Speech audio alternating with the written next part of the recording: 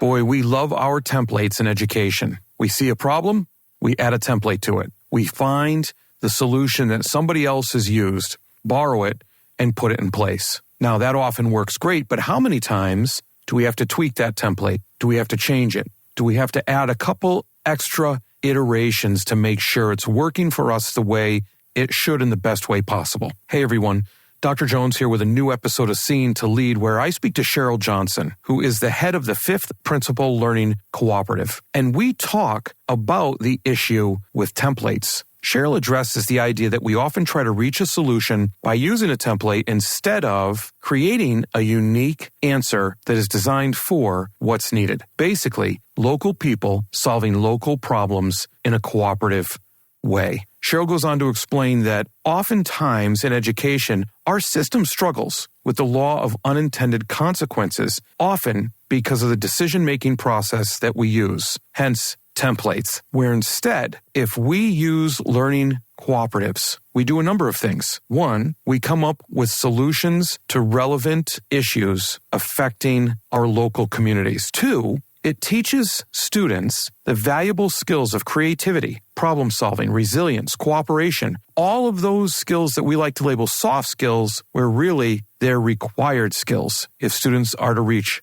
the highest level of success possible. You're going to enjoy this conversation with Cheryl because she has so many ideas she's taken from her experiences outside of education and even personally and bring them to us in a way that shows how we can make the educational experience more meaningful for students and the communities surrounding our schools. I would really appreciate it if you'd take a few minutes to subscribe, rate, and review the podcast so that everybody can benefit just like you, and let people know to do the same. Well, enough hearing from me. Let's listen to Cheryl Johnson talk about learning cooperatives and their value to education on Seeing to Lead.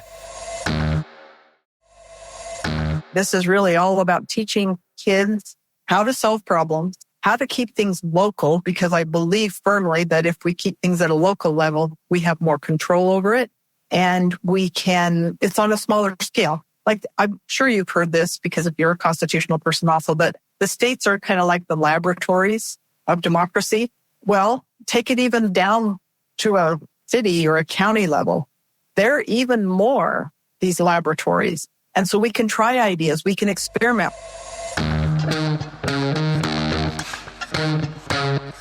Dr. Chris Jones here, and welcome to Seeing to Lead, a show designed to help leaders increase their ability to effectively support, engage, and empower their staff through intentional practices so that they create an environment where everyone reaches their greatest level of success. On Seeing to Lead, communication rules the day as we hear voices from both teachers and leaders in an effort to examine perspectives, highlight misunderstandings, and provide steps to ultimately bridge the gap between what teachers need and provide through thoughtful dialogue. This show is about amplifying voices, creating understanding, and providing information to help everyone continually improve. I want to personally thank you for taking the time. Now, let's get to getting better. Cheryl Johnson is a multifaceted educator, entrepreneur, and visionary leader who has dedicated her life to empowering individuals with knowledge, understanding, and practical skills. In addition to her expertise in constitutional courses and historical tours, Cheryl is also the driving force behind the Fifth Principle Learning Cooperative, a groundbreaking initiative aimed at educating people about the local sustainability efforts and equipping them with the tools to build, support, and maintain it. I've always found it interesting in how vision affects our paths in education. I look forward to talking with Cheryl today about the idea of empowering others by not just providing knowledge like we often tend to do, but the skills along with it to make a difference. Not to mention, she's a student of government and history. Cheryl, welcome to the show. Thank you. Glad to be here. Thanks for having me. I think we're going to have a really good conversation because of some of these things that you're involved in, but especially the Fifth Learning Principle Cooperative. So if you could do me a favor and listeners a favor and kind of fill that out for us. So what is it? What do you do? How'd you get involved in it? Well, it's interesting because I've spent years, and I mean literally years, trying to create a message that makes sense to people. So I guess if I start with the history of where I got involved in, cooperatives are technically a business structure, like, an S Corp, C Corp, that kind of thing. but that's not my goal. I don't really care about the business structure side of it. In about 2012, I was working as a contractor for a membership organization that served the roughly 900 to 950 electrical cooperatives throughout the North American continent. And I was so impressed. I mean, I've literally been a contractor for 20 plus years. And no joke, I've worked for over 100 different companies or organizations. This was by far one of my favorites. I love the people that I got to go out to all these different electrical cooperatives and to meet people. And they were in these small rural areas of the country. And they were just so down to earth. I was so used to working for these big Fortune 500 companies and federal government. And, it's just a whole different world. But what really impressed me was their mission. I mean, in the 1930s, many people probably know this story. Electricity was just becoming a household, item. But obviously, only people in the more urban areas were getting electricity because it's not cost effective to build the infrastructure to support electricity in rural areas. Local people just got together and said, hey, we're going to solve this problem. We're going to start forming these small electrical cooperatives and we're going to support and help each other so that we can build the infrastructure so everybody got electricity, not just people in urban areas.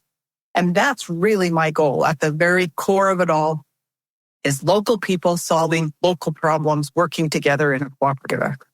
That's great that for two reasons. One, that people did that. And two, that you're recognizing the importance of it.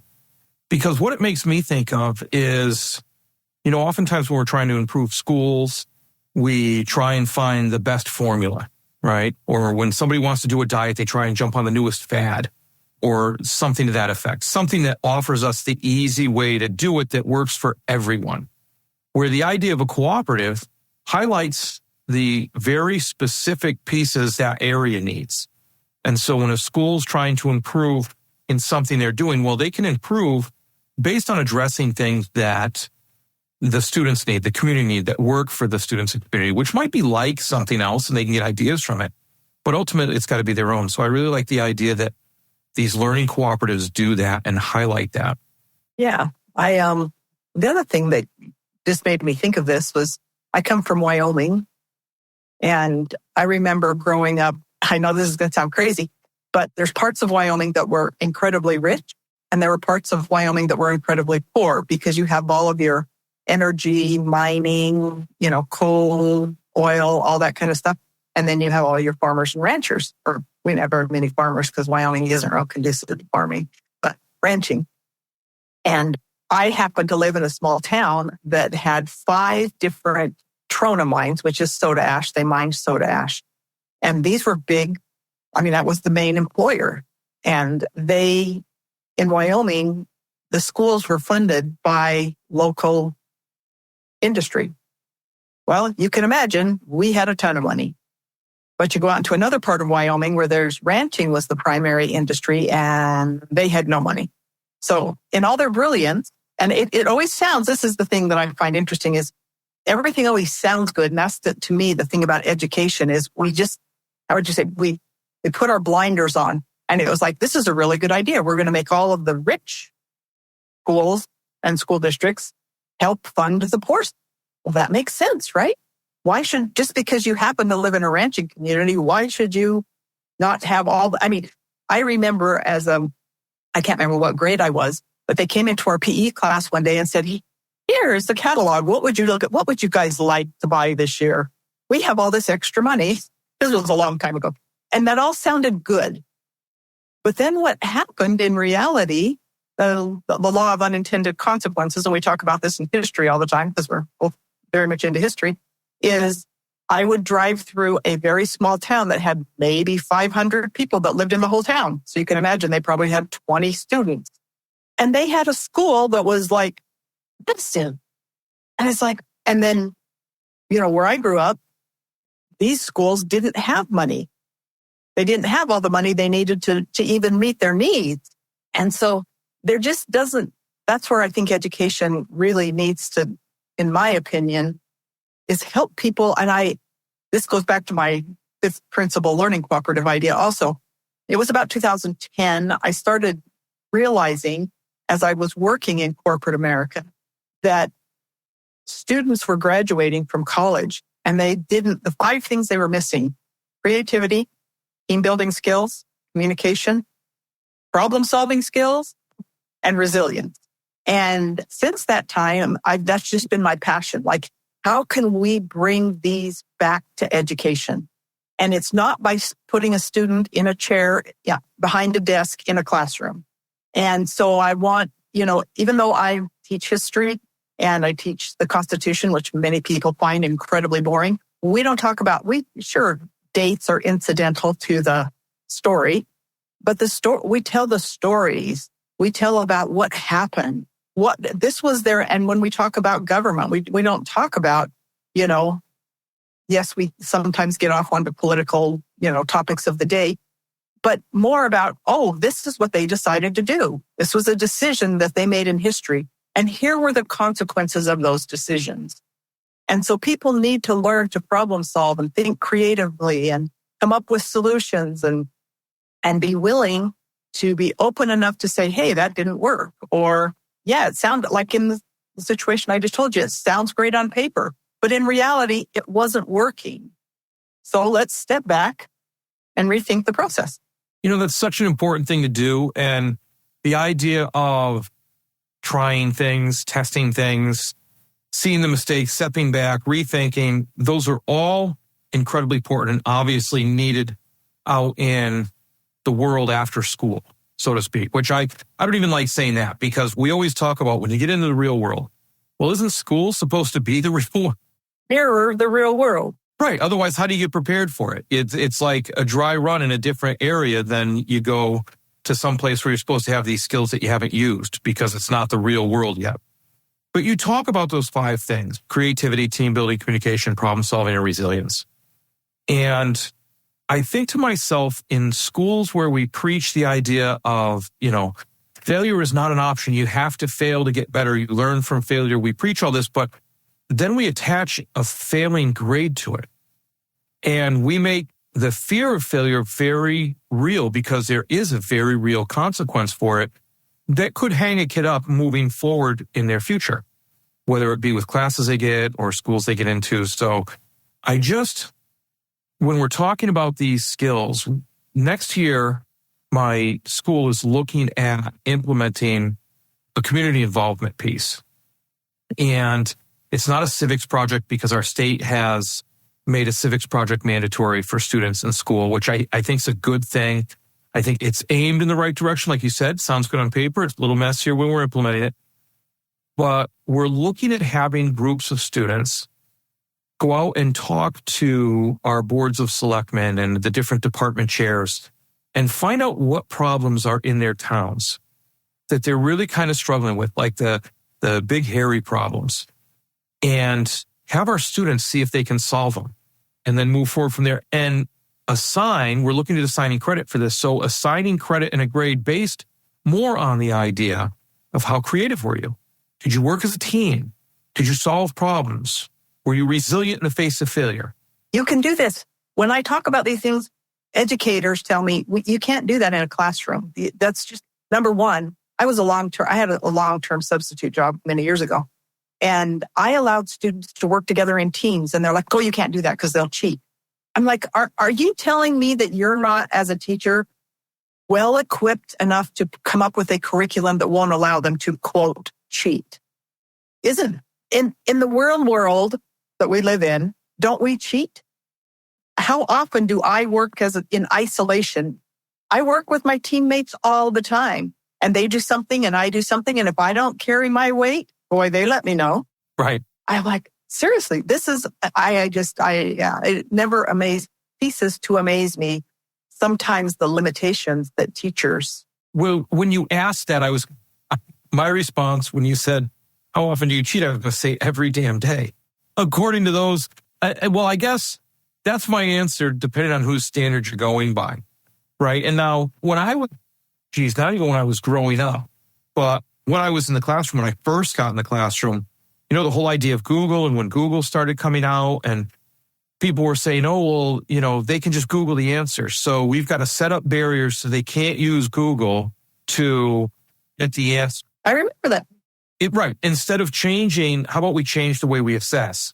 And now with AI and the advent of AI, boy, this has just really thrown the educational world into a tizzy about what we should be assessing, how we assess it, and what's considered cheating. Because students leave our schools, they graduate from high school, and they're expected to use AI.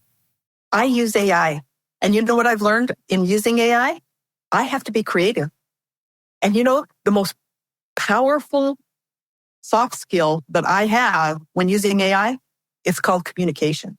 If I can't communicate effectively with that tool that I'm using and tell it, it's pretty easy when I'm getting it to try to write something for me. That's not hard. But boy, I can tell you just with the limited use that I have, when somebody else writes something with AI, I can tell it was written with AI. But the fun part is trying to get it to create a graphic. You should see. I'll tell it this, and it'll come up with, I'm like, what? And then I go back and look at what I said, and I'm like, well, And so I have learned that problem solving, creativity, communication, it's all, if you're going to effectively use AI, those are skills that you need. Now, I think we need guardrails, just like we put guardrails in with Google, But that's to me why is it, maybe you can answer this question for me. Oh boy. You're supposed to be answering me, but I'm going to ask you. Oh boy, here we go. Why is it education of all places is the last to evolve? Do you think I'd still be in education or doing podcasts? I don't know. And I think, it is a frustrating thing. And it's part and parcel to the idea that we also find something that we do, and then we chase our tail in education, for the most part, where we don't put an initiative in place long enough to, if we were following our own scientific inquiry and educational standards, to measure whether it's actually working or not. Yeah. Before we get impatient and then we change it up. So on the one hand, we want change very rapidly. On the other hand, don't change too much. And it really is difficult to put my finger on why that is. There are all kinds of different avenues of control, of what people are comfortable with, uncertainty, but it's still difficult to put my finger on one broad theme that would run across the whole gamut. So why, better yet, how long, since we're both students of history, but probably neither one of us can answer this, how long have we been giving A through F grades to students? Oh, geez, I don't know. For quite some time. And why? It's funny when you ask why we've been giving A through F, I can't really give you a reason why we've been giving A through F. I get so caught up in the arguments about, most schools, if you get a 59, it's an F. That's a 59 out of 100. And so how is that anywhere equal to the next 10%? That's a D, or the next 10% that's a C. Even on our old bell curve, remember the bell curve? That doesn't even make sense for standard deviations on a bell curve. So I don't know the answer to that, but now I've jotted it down on my pad and I'm going to find the answer. That's for sure. Because, right, it hints at the idea of some level of mastery. Why don't we teach to mastery? I think we teach to mastery according to our definition of what mastery is, which is steeped in the idea of A, B, right, A, B, C. A D. So if you got a D, you mastered it. If you got an F, you failed. Which means schools say that if you learn 60% of something, that's mastery. Which I disagree with. We could disagree with that all day long. I think both you and I are in the same boat there. Supporting your teachers and students seems to be a struggle. They just don't seem to be engaged. You wish they would take more responsibility for their learning and culture of the building, but they just don't seem to be empowered enough to do it. So, my question is, have you checked out the book Seeing to Lead yet? It's all about creating a true educational experience where learning, growth, leadership, and community take center stage. Full of strategies and resources, Seeing to Lead is about attaining that goal by employing a model that supports, engages, and empowers all individuals to become leaders themselves. Pick up a copy today at seeingtolead.com. That's seeingtolead.com. Remember, you don't become a leader and then decide you need to support and recognize others more than yourself. It is the moment you realize it's about supporting and recognizing others that you become a leader. seeingtolead.com. So we bring up a couple of things. We bring up the issue with grading. We bring up the issue of, you had mentioned students in seats in a classroom. And all together, we could say that kind of brings up the idea of making sure we hit certain content standards without involving those 5 skills. So how do we approach this through a cooperative fashion, right? We need local cooperatives to address these issues. What would that look like for schools to put something together to try and address these very sticky issues? Well, all I can give you is piecemeal. I've heard that this worked well, and I've heard this worked well, and maybe this. I don't think there's a one-size-fits-all, like we talked about. There's no one-size-fits-all. But I do think that in certain topics, and, people will ask, how long have you been in education? Well, let's see, my oldest is almost 40, 37, somewhere around there. I've been in education since he was born. And when my kids were young, everybody was sending their kids to preschool so they could learn their ABCs and 1, 2, 3s, and they had to read before they were in kindergarten, and they had to do math and all of this kind of stuff. And I was like, that's what they teach them in school. Why, So I was like, this was my goal as a parent. And I happened to be in kind of a unique position. I lived in Wyoming at the time, and I drove all over the whole state of Wyoming all the time. Part of my job was going around teaching people with disabilities how to use computers. Well, I had to drag my 3 little kids with me everywhere I went. And so, number one, we had a minivan, and we would, plenty of room for them in there, all spaced out.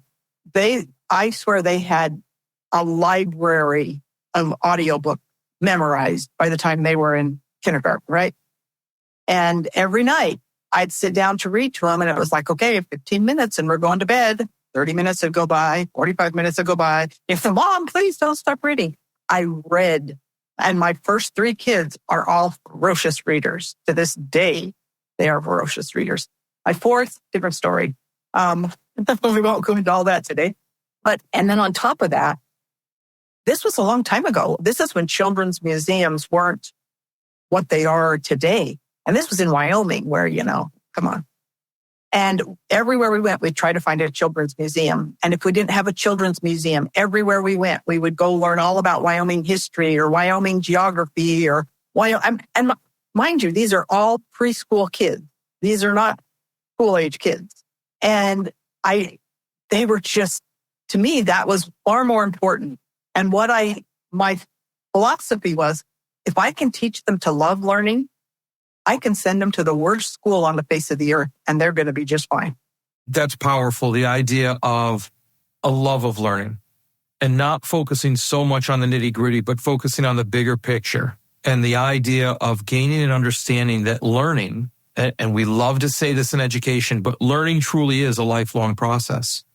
And it comes in many different forms, shapes. I love the idea that you said, well, my oldest is 40. Right? You said your oldest is 40 or your youngest is 40? No, my oldest, close to 40. I don't know exactly. It's born 1980. Do the math. Close to 40. And that you've been in education since then. I couldn't agree more. It's, just a funny personal aside if I can. My wife and I actually chose which district my 2 boys went to based on who had the half-day kindergarten so they could not be in school the full day because it was just like a repeat of the curriculum. And we said, well, we were very lucky. We had the idea of my mother-in-law could take them outside and explore nature outside and examine things and have conversations and read books. And I have 2 boys that are really good readers and came along just fine without learning that early. I don't understand. And to be fair, when they did go to school, it was kind of hard for them because they were used to being active learners, not passive learners that sat in a desk and they were fed information and then they regurgitated it back. And that was kind of hard for them. But, there are these gifted and talented programs. And I didn't think my kids were ever especially gifted and talented. But the program that happened to be available where I lived wasn't necessarily for the person with the highest IQ, but the person who naturally had the qualities of being creative and wanting to explore and to go beyond. One of my kids' favorite things to do was, like kids like to do puppet shows and things. Well, they like to do plays along with puppet shows, and they'd write their whole play, and they would get all the belongings around the house and create all kinds of things, to write their own plays and produce their own plays and whatever. And I remember on Friday night was my night to go with my dad. I love sports and my dad loves sports. So we'd go watch sports. And my oldest boy would go with us usually because he liked to. My younger three didn't want to go. And my babysitter was hired with the understanding that you aren't there to be, of course, we didn't have phones and things back then. You weren't there to talk on the phone to your boyfriend or whatever, I would come home and people would be like, I can't believe you let him do that. But the whole time I'm gone, I came home one night, one night, and I looked out in my backyard, and my whole backyard was a circus. Literally, they had set up a circus, and all the neighbor kids came to the circus. That's fantastic. I'd come home and they would make brownies, and the kitchen would be an absolute disaster. Or they'd play school, and they'd have all of the little desks set up and all their things, and people would be like, "Oh, that's such a huge mess." And I'm like, I'm a really clean person. My kids were having such a good time. Right. And look what they were learning. I was going to say, and they're learning. They're having a good time learning. Or if that isn't it. So, I talked to you about the idea of where personally my school is going, but I can't imagine other schools not thinking about this and having this opportunity in the Fifth Principle Learning Cooperative. Now, is that an organization that helps people build these types of cooperatives? Is that an organization that gives us guidance? Talk to us a little bit about that. So maybe if it is something, we can tap into it. Want to talk about a learning process? How's that? When I first started it, I envisioned going around to various, local community centers and saying, hey, what kind of problems would you like to solve? Let me help you set up a structure and an organization to go in to do that. Now, I've been at this for like three years, probably 4 years now. It's weird. I was going to say this, but then I shouldn't say this. Pre-COVID, post-COVID. It's weird how everything we do in the world today is, pre-COVID, post-COVID. History judges that. Yeah, exactly. And then we moved out to this place where everybody has, we have 8 acres, and that's a small plot of land compared to my neighbors. But my husband and I both work from home. And when we first moved here, there was 0 internet. I don't mean we had bad internet. We had 0 internet. We couldn't even get HughesNet, satellite, because with trees and everything, we could get nothing. No cell phone service, no internet service. And we work from home. That might be an issue. It's a problem. So we just started talking to our neighbors, and our neighbors were like, yeah, we kind of have the same problem. And, for various different reasons, they had the same problem. And we're like, hey, we're going to start a co-op, right? And we're going to solve this problem. We're going to figure out how to get internet. And so we did. And now we all have internet. And it, we don't have fiber like most people who live in, the city, but it works. It works well, as you can tell. So, and then I thought, okay. And then I started working with kids and putting together curriculum for kids, leadership program to help them kind of do the same thing, but based on constitutional principles kind of thing. And so that kind of went that direction. And I was like, I really like that. That's pretty cool. I like that. And then now we're working together, all of our neighbors, like who has a garden, who has farm animals, who has this. And, how can we all make sure that we take care of each other? If things, I never thought I was a prepper, but now I guess I'm a prepper, if things go off the rails or whatever. But I have the security of knowing that, hey, and this isn't, we didn't set up a formal business structure, but it was just kind of people getting together saying, I have this talent. I have this resource. We all have this problem. How can we come together to solve a problem? So although I would love to sit and make money wouldn't we all love to sit and make money?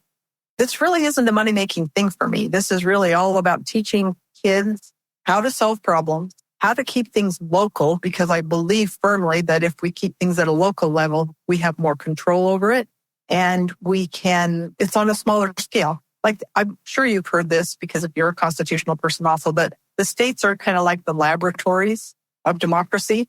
Well, take it even down to a city or a county level. They're even more these laboratories. And so we can try ideas. We can experiment. We don't have to go to the federal government and spend billions of dollars and waste it all because it didn't work.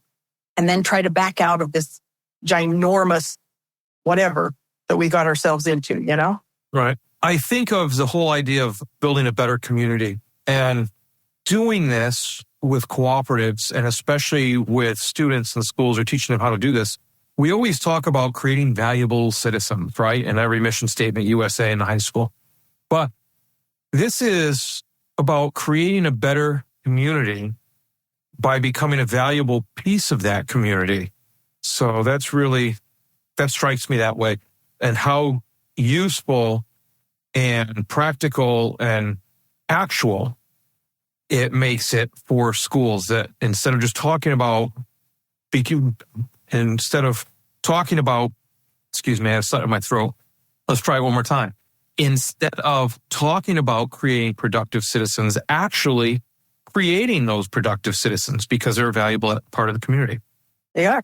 So as we wind down, there's two questions I ask everybody that comes on the podcast.